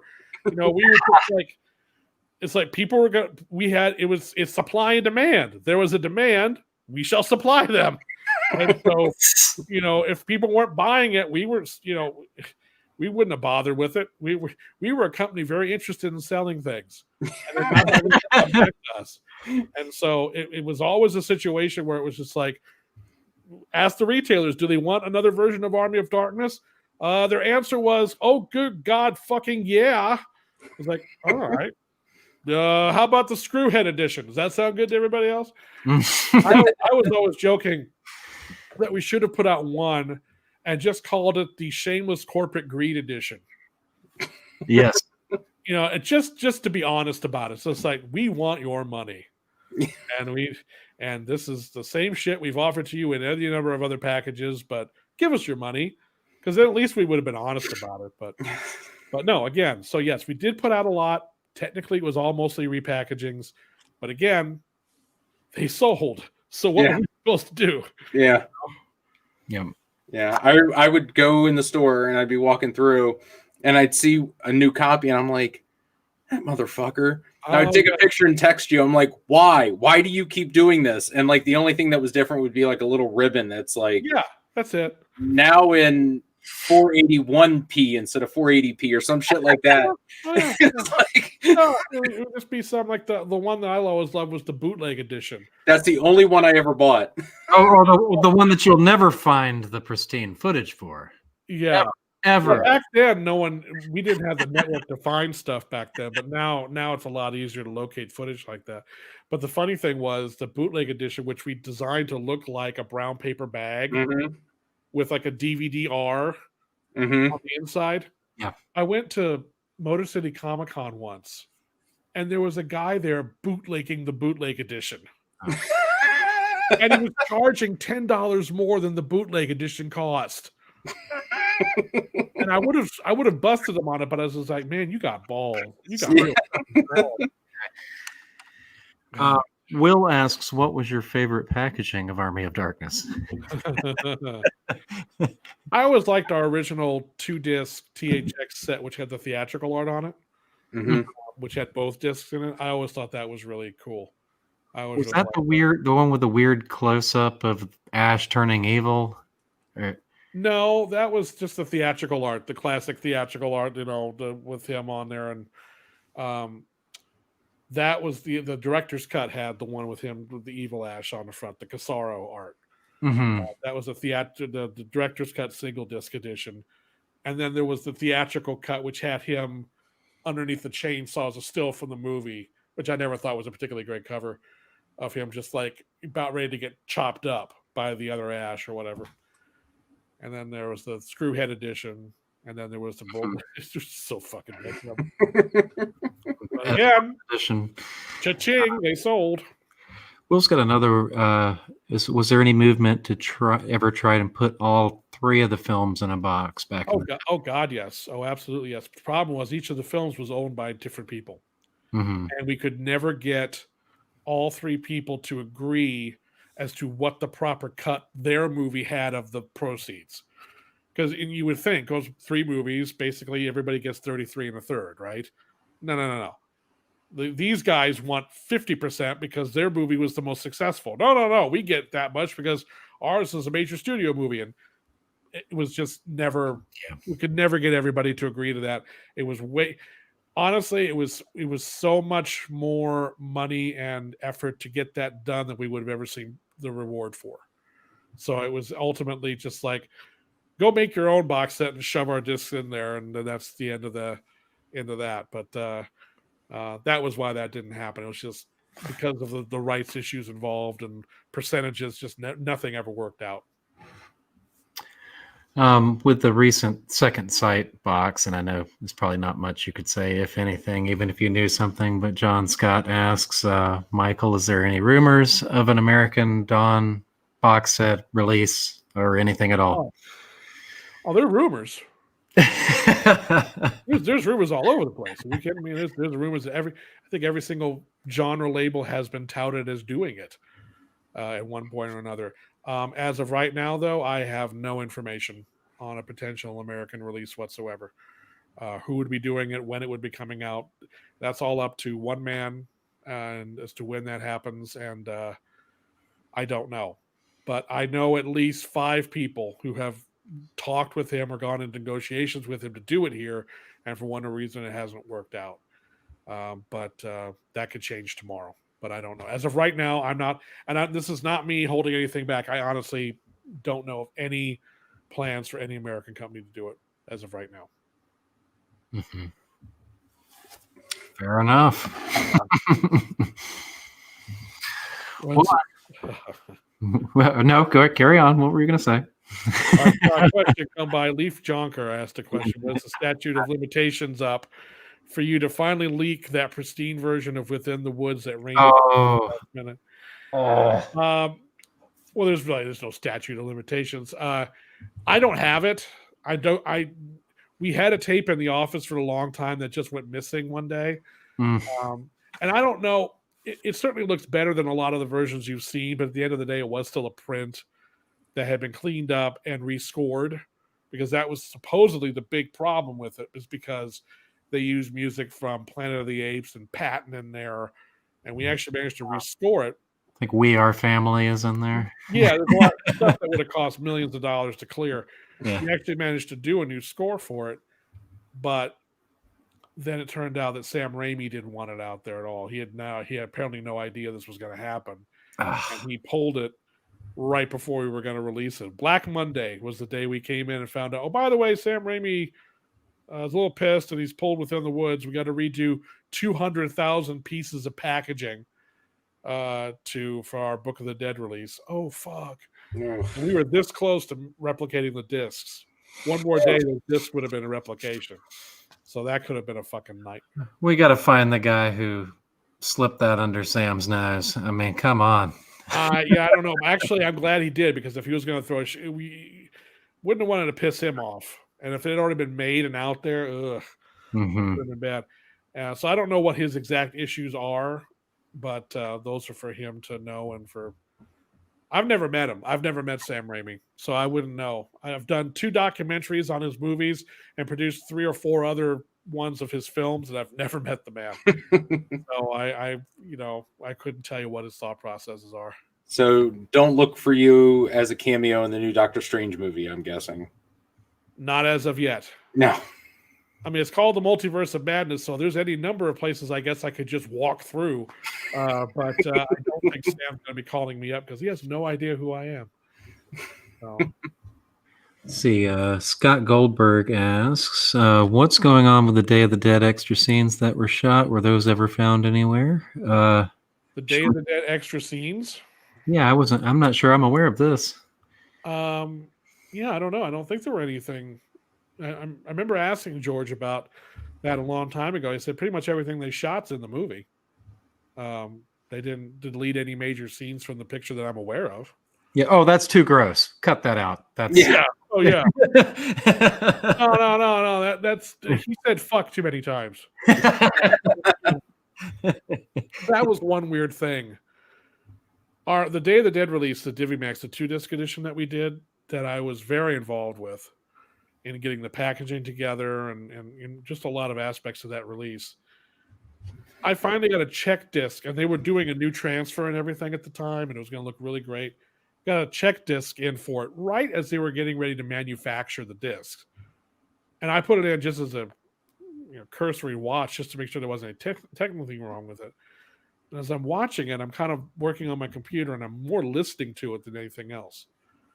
And suddenly I start hearing, well, that was weird. That line didn't sound right. And then I realized something was wrong, that they had used this weird audio track where certain swear words and certain profanities were eliminated and replaced with TV-safe dialogue. But not everything, just very specific parts. I mean, Joe Pilato's still on there saying fuck every other word, and so is Gary Clark and everybody else. But then, like when John and everybody they're coming out of the helicopter to get ready to go down the elevator, and he says like, "You could do that. You could do that with all this going on." And originally the line was, "Shit, I could do that even all this wasn't going on." But now it had been changed to, "Right, I could do that with even all this was going on." And I'm like, Yeah. "What the fuck?" And I brought this to their attention immediately, and the president, who was our acting president at the time, went, "Nah, we're all right." And I Whoa. was so fucking pissed.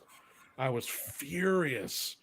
So that whole release has the wrong audio on it. And it didn't get fixed until I think the Screen Factory release years later, which I also worked on. And I made it a point. I said, make sure we don't use this fucking audio. It's the dumbest goddamn thing. I never understood why those changes were made or what the point of that track was or how the hell that happened. Because it was like if it was a TV safe or a airplane safe version, it's like, well, they sure left a lot of fucks in there. You know, I mean, it's like, what the hell? I don't know.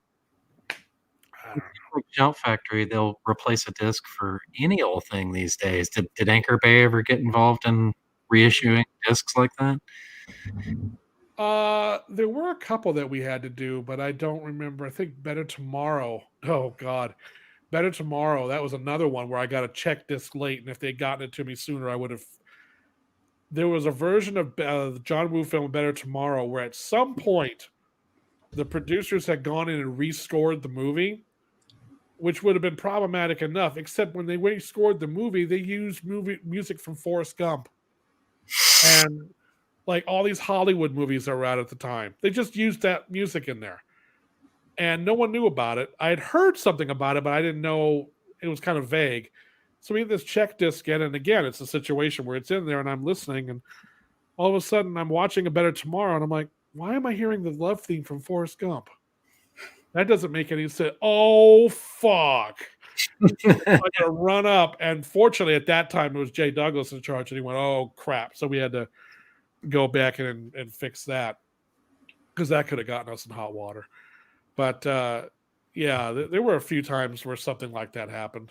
We had a couple of releases that came out that they used a lacquer on the disc that was bad, and it caused the discs to almost immediately malfunction. And it affected like 5 or 6 titles. And a couple titles, it was like almost a complete run, and like 25% of like 5 or 6 other titles. And that was problematic. So, but you know, you weather those things and you move on. Got one more question from Ramona. She says, "One for the Fire is my favorite one of my favorite documentaries. Did you work on that one, and in what capacity?" Oh God, I wish I had a beer. This is a situation where I wish I had a big, tall bottle of vodka. I can get you a milkshake quick if you need. No, I'm good. I'm good. Delivery service around there. I edited One for the Fire. I did not shoot it. I was there for some of it, but it was actually shot and directed by a couple of friends of mine. And I stepped in to edit it when their original editor had to bow out. And I did it at a time where I was extraordinarily busy, but it was like, it's not Living Dead. Of course I want to be involved with this. Is George, blah, blah, blah. But I was doing all the Diary of the Dead stuff at the exact same time. And I got overwhelmed. I thought I was an editorial Superman. I can do everything. No. And I got overwhelmed and I'm behind schedule. And long story short, the version that ended up going out there was very rushed. And unfortunately, during that period, the two people who made the documentary had a falling out and weren't talking to each other. And so it went out there without any oversight from them. And it was going to be an extra on this 40th anniversary Night of the Living Dead release. Mm-hmm. And originally, and we've been told, it was going to be a 2-disc set, which would allow the documentary to be however long it needed to be. And the original rough assembly version that I had was somewhere in the neighborhood of almost 2 hours long. On a Friday, I'm on a conversation with the distributor, and they're saying, oh, by the way, I don't know if we told you this or not, we're cutting it back to a 1-disc set, and your documentary can't be any longer than 70 minutes. Oh, and you got to turn it in on Monday. Mm. And I'm like, fuck you. I was like, what are we going to do? And I didn't have a finished thing. So I chopped it down to, I think, 80 minutes, which was the closest I could get it to. And I said, you're just going to have to do, and I had to restructure the whole thing at the last minute. There was no color correction, no final sound pass. And the two guys who did it, neither of them was particularly pleased with it either, because they had not had really any input into it. And it became a real sore, sticking point. And just basically kind of a bummer experience for all of us. And it was something that I wish that we had had more time. I think the documentary that if you are not aware of any of these issues, there's a lot of great stuff in the documentary. And I think it's something that ultimately I'm glad people are able to enjoy and get a lot out of.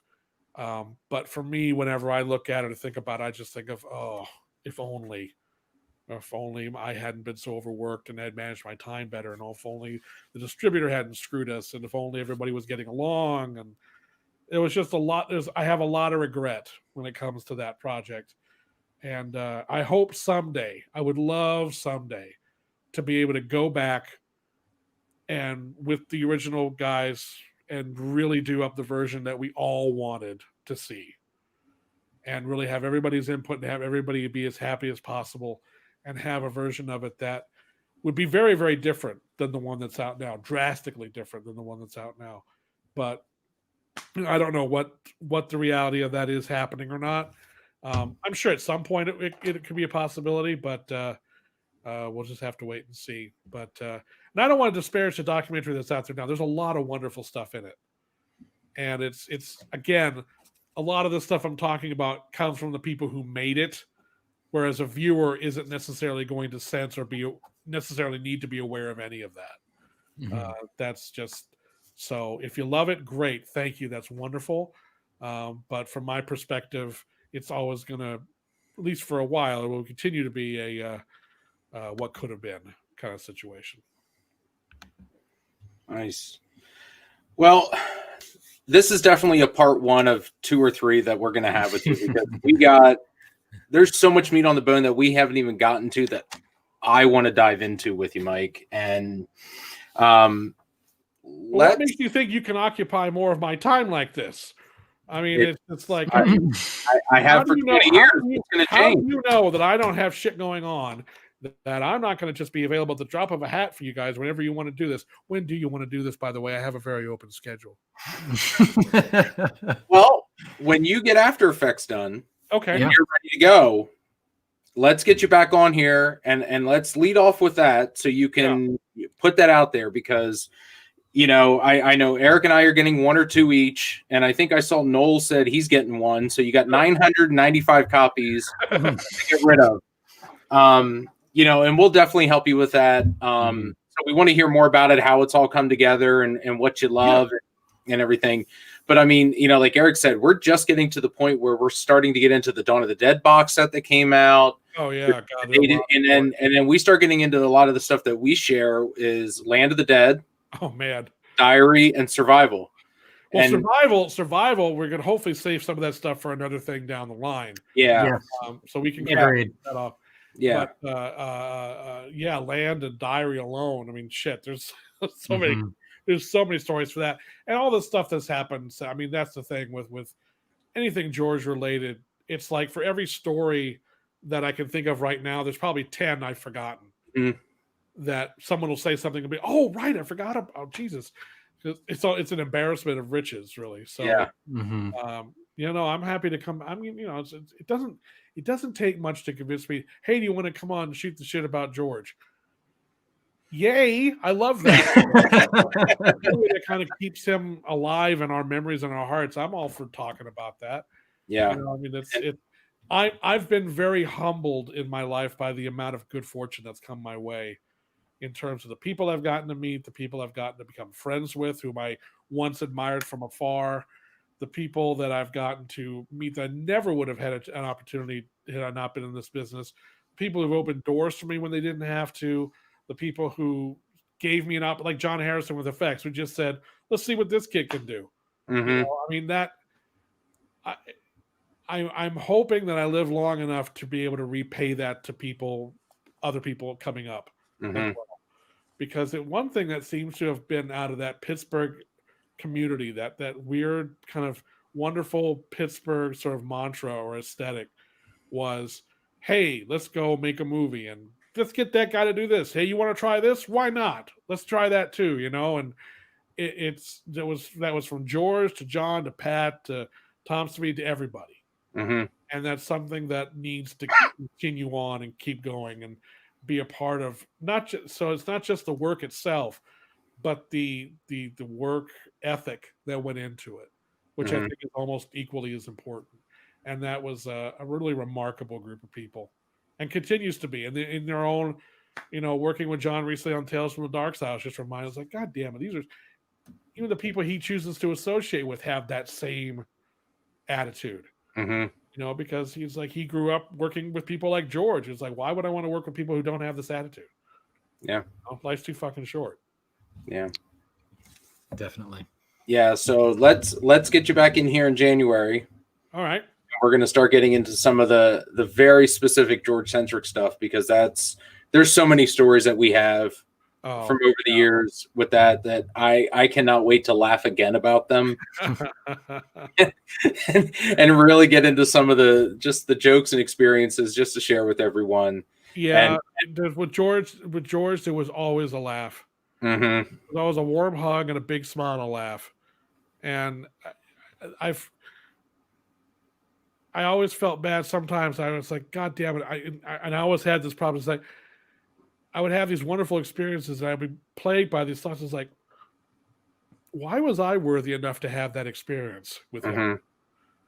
Like, what did I do? You know, I'm just, you know, and it's always, so it's always a little bit of, I never felt like I deserved any of it.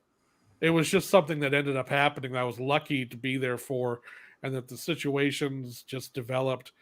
And I got to know this incredible guy and this incredible group of people associated with him that I had once, like I said, admired from afar. But now I'm, you know, at one point I remember I was sleeping on George's couch one night because I was too tired to go back to the hotel room, and his cat's attacking my toes all night. The whole time I'm like, I don't care, whatever. I don't give a fuck. I'm happy. Well, it couldn't have happened to a nicer guy. I know we go back and forth all the time, and it's one of my absolute favorite things to do is touch and base with you. And, you know, glad we got you on here, and we're gonna do a deeper dive in the coming month. Once you get After Effects done and you can start telling us where to get it, we're gonna pimp that out for you, and we're gonna get into some of the meat and potatoes with the George centric stuff that you got into in the mid 2000s going forward. And then people can also find out why I nicknamed you Claudio many years ago. We'll have to tell that story for sure. Yeah. That'll keep them hanging for a month. They're like, why did you call you Claudio? I'm like, tune in and find out. Tune in to find out on the next exciting episode. Love it. Michael Felsher goes on for hours about shit. No, I love it, man. Thank you so much for coming in, and thank you guys for tuning in. As always, I saw some questions in there. I'm going to take note of some of them. We'll get them to Mike next time, because there were some really good questions. So I don't want you to think we forgot them.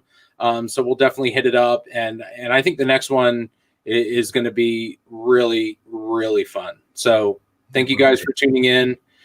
Mike, thank you very much. We release you to go back to After Effects so we can start buying it. That's a very good reason to do. I'm not going to do that now, though. I'm going to go to bed. Are you kidding me? Screw it. Your milkshake should be there in about 6 minutes. Yeah. Don't joke about that shit, man. That's not fun. I live in fear of my doorbell ringing and milkshakes being delivered. We'll tell that story next time, because we've been. We'll tell that story next time. Yeah, there's some very valuable context for people out there wondering what the hell we're talking about. So again, Mike, thank you. Yeah, appreciate it, Michael. No, thanks for having me on, guys. And I really appreciate it. Very want to make a point that it's very important that we support the foundation and do whatever we can to keep it going, because it's becoming a wonderful repository for George's work and for the people who worked with him, as well as the horror genre in particular. There's no other place quite like it, and it's the best way to keep his memory alive and his influence in independent cinema alive. And I'm very grateful to be a part of it to whatever degree I can be. So we all need to keep supporting it. And if you don't, go fuck yourself. Exactly. All right, Michael. Well, we'll be talking to you soon, and thank you so much. And thanks for saying that about the foundation. It's much appreciated. Thank you. All right. Thank you, sir. Mm-hmm. All right. Bye-bye. Bye-bye. And actually, real quick, before we get out of here, I do want to mention tomorrow night we have a Patreon exclusive event. Tom Savini and Tassos Travakis are going to be showing up. It's a Patreon exclusive event that you can learn about on the GARF Facebook page. And there's going to be some trivia. Apparently, there's a Shout Factory Friday the 13th box set up for grabs. And the trivia is going to be Friday the 13th related. So that should be a good time.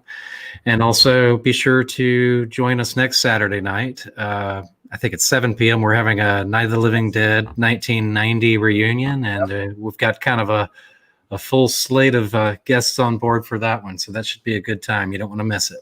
Yeah, I'm looking forward to that one. Absolutely. Well, until then, till next Saturday night, I am Eric. And I'm Matt. And we'll see you next time on the GARF Network. See ya.